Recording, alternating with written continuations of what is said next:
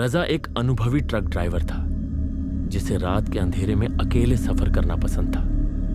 उसके मुताबिक रात में ट्रैफिक कम होता था और लंबी दूरी जल्दी तय हो जाती थी। लेकिन इस बार का सफर कुछ अलग था। उस रात रजा एक वीरान हाईवे पर अपने भारी भरकम ट्रक को दौड़ा रहा था।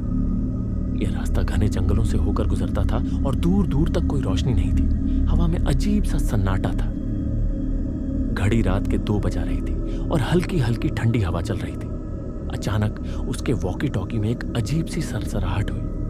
फिर एक धीमी मगर डरावनी आवाज आई, रजा लौट जाओ। रजा चौंक गया। उसने इधर उधर देखा लेकिन हाईवे पूरी तरह सुनसान था। वह सोचने लगा कि शायद किसी दूसरे ट्रक ड्राइवर की आवाज आ गई होगी। उसने इसे नजरअंदाज कर दिया और ट्रक चलाता रहा।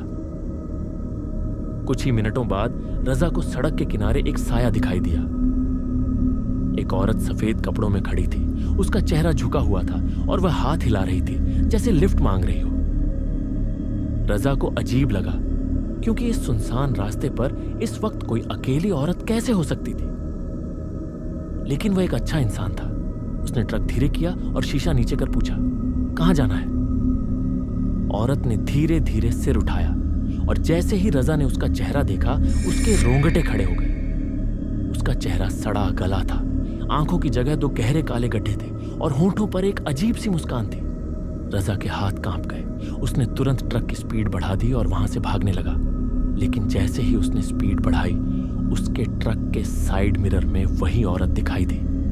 वह ट्रक के पीछे पीछे इतनी तेजी से दौड़ रही थी जितनी तेजी से कोई इंसान नहीं दौड़ सकता। रजा ने गाड़ी की स्पीड और बढ़ा दी लेकिन तभी ट्रक अचानक झटके के साथ रुक गया। धत्त तेरी, ये क्या हुआ? उसने दोबारा इंजन स्टार्ट करने की कोशिश की लेकिन ट्रक ने काम करना बंद कर दिया था। अब वह बिल्कुल अकेला था, घने जंगलों के बीच, और ट्रक का इंजन खराब हो चुका था। तभी ट्रक के बाहर किसी के चलने की आवाज आई, खरखर खरखर। रजा ने धीरे से शीशे से बाहर झांका और फिर जो उसने देखा उसने उसकी सांसें रोक दी। वही भूतिया औरत ट्रक के बोनट पर बैठी थी। उसके बाल हवा में उड़ रहे थे और वह धीरे धीरे अपनी उंगलियों से ट्रक के बोनट पर नाखून घिस रही थी जिससे एक अजीब कर्कश आवाज आ रही थी। रजा का दिमाग सुन्न हो गया। उसने कांपते हाथों से ट्रक का हॉर्न बजाया ताकि किसी की मदद मिल जाए। लेकिन यह क्या? हॉर्न से कोई आवाज ही नहीं आई। अचानक ट्रक के अंदर का तापमान गिरने लगा। रजा को लगा जैसे वह किसी बर्फीले कमरे में बैठा हो। उसकी सांसें जमने लगी। तभी वॉकी टॉकी से फिर वही आवाज आई, मैंने कहा था लौट जाओ। रजा का दिल जोर जोर से धड़कने लगा। वह समझ गया कि अब उसकी जान खतरे में है। उसने झट से जेब से अपनी मां का दिया हुआ ताबीज निकाला और जोर से भगवान का नाम लेने लगा। लेकिन तभी ट्रक के अंदर कुछ हिला। रजा ने डरते डरते पीछे देखा। उसकी रीढ़ की हड्डी जम गई। वही भूतिया औरत अब ट्रक के अंदर थी। वह रजा के ठीक पीछे बैठी थी। उसकी सांसें रजा की गर्दन पर महसूस हो रही थी।